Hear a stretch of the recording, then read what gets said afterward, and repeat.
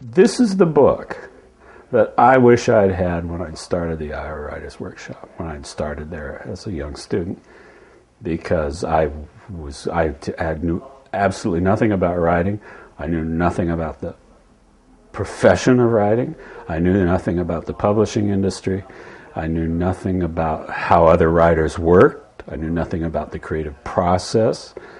And I think if I'd had this book, it might have saved me some time and effort learning things the hard way through trial and a lot of error.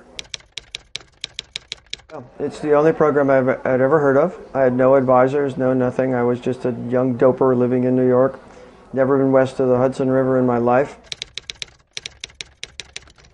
I mean, I think that what the workshop does is that it creates this amazing environment where people can flourish or not. It's sort of this ongoing conversation. I came here as a callow youth with a huge chip on his shoulder, and I knew nothing except rock and roll. And I had 4 mentors here, and they straightened my life out and turned me around and shoved me off on the vast ship of vanity, and here I am. Provided with the incredible luxury of, for 2 years, focusing on my craft, taking, as Marilyn Robinson said tonight, taking other people's writing seriously, being a good reader. You really can't get enough experience in being a responsible reader.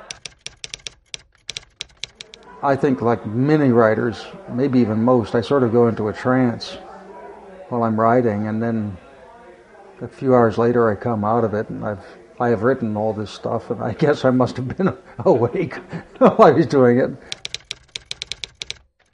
My process is essentially house arrest. I don't let myself go anywhere until I write. And sometimes that's 8 to 10 in the morning, 7 to 11 in the morning, and sometimes I don't, let myself out of my studio till 6:30 at night. If I ever get stumped, and I know I'm going to get stumped, I get up in the morning and I read something I really love. I'll read 2 pages of Raymond Carver or 2 pages of Ann Patchett, and just gets in my head and says, okay, it's worth doing, somebody else did it so well, and then I sit down and it's like the door's open.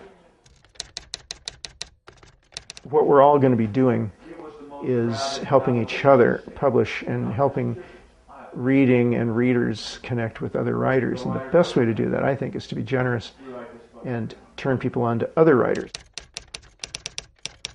When you tell a story well and they identify with that story, they believe in you. And so I think that the narrative impulse, which, by the way, is the oldest technology there is, hasn't changed. I don't care how the media change. The narrative impulse is who we are.